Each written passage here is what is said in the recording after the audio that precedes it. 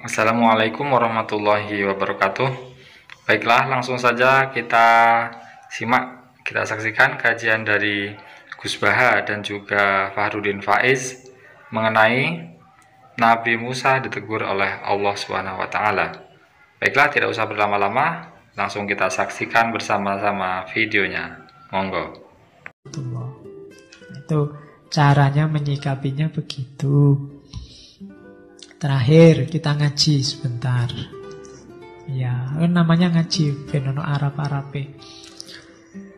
Ada beberapa ayat yang populer menunjukkan bahwa Allah memang ngasih ilmu laduni pada hamba yang Dia sayangi. Itu surat Kahfi, ceritanya Nabi Musa sama Khidir.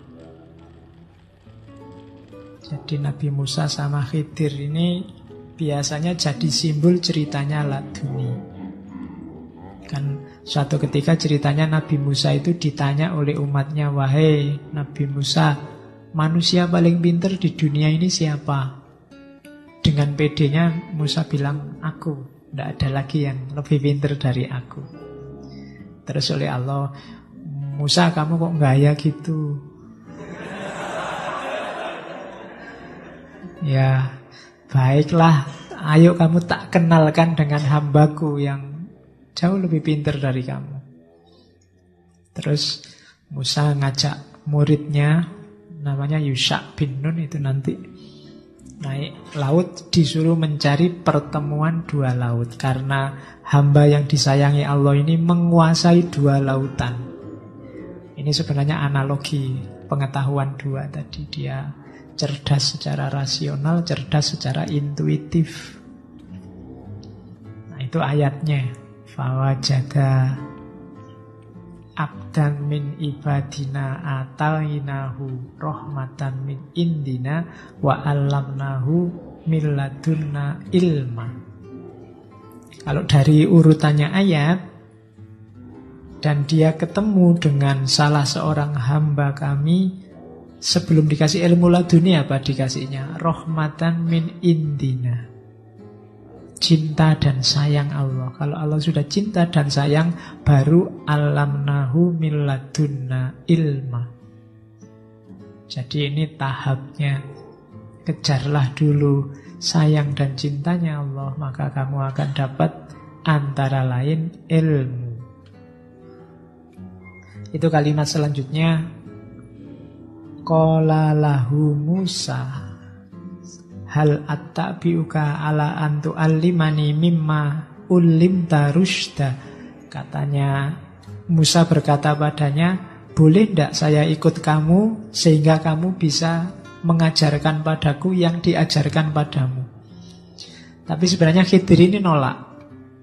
Katanya Khidir, "Qala innaka lan tastati'a ma'iya sabra." Engkau tidak akan sabar ketemu aku. Kenapa tidak sabar? Wa kaifa tasbiru ala malam tuhid bihi khubra. Bagaimana engkau bisa sabar kalau engkau tidak tahu, engkau tidak dikasih kabar? Karena ilmu ini dikasih. Kalau tidak ngerti modusnya, tidak ngerti alasannya, kamu tidak akan bisa sabar.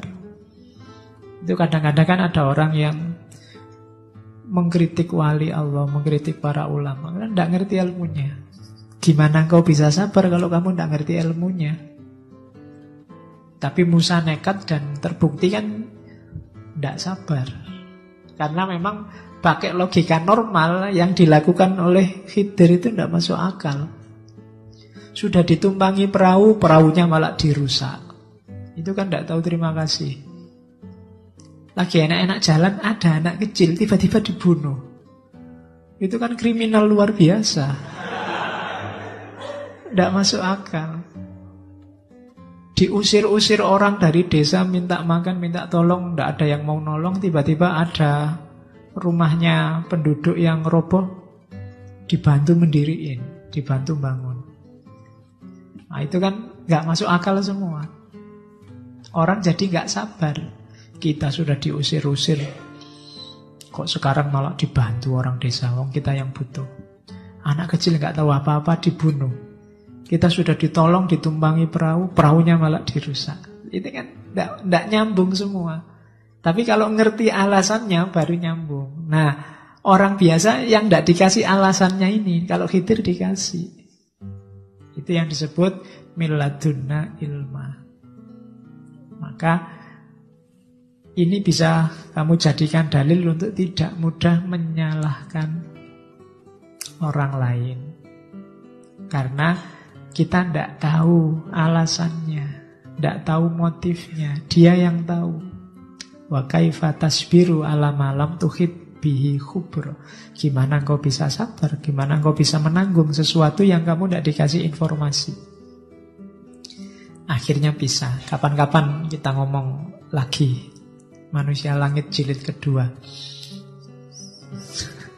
Iya, Khidir bisa diangkat. Cuma nunggu ilmu laduni dulu.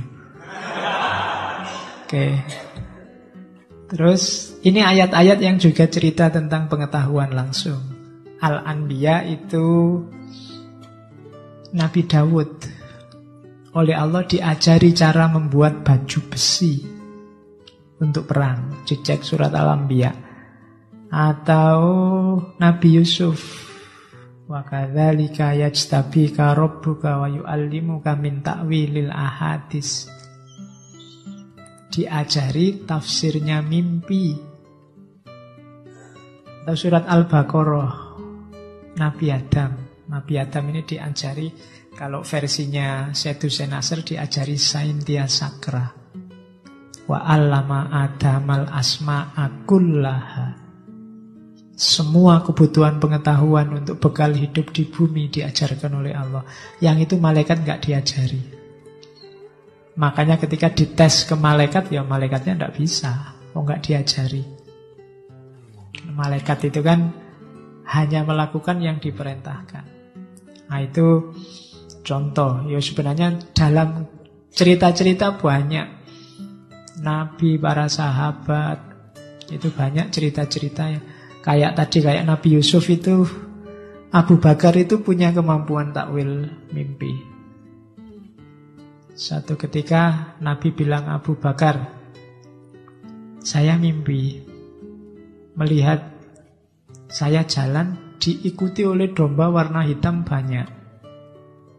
Tapi setelah itu diikuti oleh domba warna putih lebih banyak lagi, sampai warna hitamnya tidak kelihatan. Nah itu Nabi ngobrol sama Abu Bakar. Yang bisa menakwil mimpinya Abu Bakar.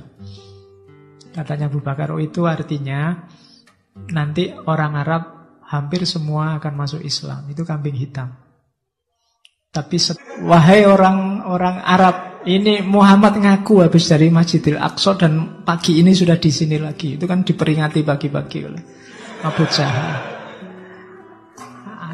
Silahkan tanya. Akhirnya kan mereka ngetes Nabi, tanya Masjidil Aqsa itu kayak gimana, tiangnya gimana. Dan Nabi bisa cerita karena ceritanya Allah ngasih pengetahuan langsung. Jibril datang menunjukkan gambarnya Masjidil Aqsa. Ini kan jenis laduni. Kita sebentar lagi Isra Mi'raj ya. Ini ya itu mengikuti yang pertama kali merayakan itu Abu Jahal. Oke. Cuma dia karepe ngetes, ternyata gagal, akhirnya jadi perayaan beneran. Ya kan nanti dari situ ada gelar Abu Bakar As-Siddiq, karena yang sama sekali tidak bantah, yakin 100% itu Abu Bakar. Sehingga dia dikasih gelar As-Siddiq. Oke, alhamdulillah itu wawasan terakhir kita, pengetahuan dunia. Kita sudah dapat tentang ilmu baik dari barat maupun dari timur. Wa anzalna minas sama ima'an tahura. Mutahhiron tegese banyu iku sing nyucekno. Linuhya supaya maringi urip ingsun. Bihi sebab anane banyu baldatan ing daerah maitan kang mati.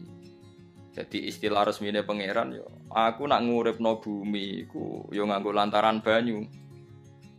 Jadi aja mbok soal pangeran kok butuh lantaran. Waduh repot. Mung Qur'ane pangeran dhewe istilahno aku nak nguripno bumi lewat lantaran banyu. Ya rasa mbok jurok-jurokno. Pangeran kok butuh lantaran. Rasa lantaran lah ya iso, tapi nek Allah nganggo lantaran ya oleh, ya aja terus Allah kok nganggo wasilah. Wah ya malah kacau. Ora usah ngono-ngono, ora usah mikir. Pokoke Qur'an diwaca ora usah dipikir, pun iman wonten mawon kok repot. Iman kok napa? Kok repot. Linuhya supaya ngurip-ngurip sapa ingsun bi sebab banyu. Baldatan ing negara atau daerah maitan kang mati. Jadi sampean jangan mengatakan kalau Allah untuk menghidupkan bumi butuh air ya keliru. Allah itu tidak butuh apa-apa, nggih. Allah itu tidak butuh apa-apa. Tapi kalau Allah punya sunnah, punya adat menghidupkan bumi itu pakai air, ya Allah jangan kamu atur, wong kowe ra pangeran kok ngatur. Itu kan ada cerita di kitab-kitab itu termasuk di Ihya ini. Nabi Musa itu sok dekat Allah. Jadi nggak mau mimik obat. Membuktikan bahwa Allah itu tidak butuh wasilah. Akokir itu maknanya obat-obatan yang dari herbal itu bahasa Arabnya apa? Al-akokir. Dia setiap konsultasi sama dokter disuruh minum herbal itu. Nggak mau dia. Nggak, saya akan disembuhkan Allah langsung. Nggak usah lewat obat apa herbal katanya. Tiap dokter ditanya jawabannya sama. Oh dokter goblok. Kamu belum tahu ya kalau Allah itu tidak butuh wasilah. Malah marah-marah dia. Akhirnya dia konsultasi langsung ke Tuhan. Apa betul ya Allah saya butuh minum akokir?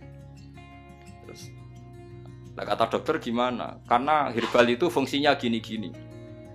Sa Musa, sing gawe fungsi herbal ngono iku sapa? Nggih jenengan. Lah yo aku gawe fungsine ngono kowe ngombe kok ora gelem. Sing gawe ku ya aku. Jadi sing gawe bodrek ku nek kowe ngelu, bodrek mandi sing gawe ku ya pangeran, rumangsamu sapa? Sing gawe ruhin abar kelon lega ya pangeran. Mangsamu sapa? Paham gitu. Terus itu masalah yang nggak akan selesai ila yaumil qiyamah. Jadi ada cara pandang langsung Allah itu ya bisa. Tapi misalnya ada sunnatullah ya jangan kamu tentang. Termasuk Nabi Musa akhirnya Nabi Musa mau minum. Setelah minum sembuh. Terus ketika sembuh diberitahu Allah, memangnya kenapa kalau minum obat itu? Obat itu ada khasiatnya yang bikin juga Allah. Kok kamu hindari itu alasannya apa? Wong yang bikin juga makanya kalau kamu percaya wasilah, kalau terpaksa percaya, kamu harus yakin bahwa nomor satu adalah Allah Subhanahu wa Ta'ala. Kalau kamu takut orang itu syirik, ya gak apa-apa, kamu lawan, harus kamu lawan. Memang selera kamu begitu. Kamu harus tidak usah ikut pakai, wong kamu khawatir, tidak apa-apa. Jadi sing khawatir syirik, ora usah nganggo ali-ali, ora usah nganggo ake. Tapi sing seneng dagangan, ya nganggo. Ora usah jimat-jimatan ini niati napa? Booming ngoten mawon niati. Baiklah, kami ucapkan terima kasih karena sudah menyaksikan kajian dari Gus Baha dan juga Fahrudin Faiz mengenai kisah Nabi Musa yang ditegur oleh Allah Subhanahu wa Ta'ala. Semoga kita semua mendapatkan hikmah atau pencerahan dari kajian beliau-beliau tadi sehingga bermanfaat untuk kita semua. Sekali lagi kami ucapkan terima kasih. Kami akhiri, wassalamualaikum warahmatullahi wabarakatuh.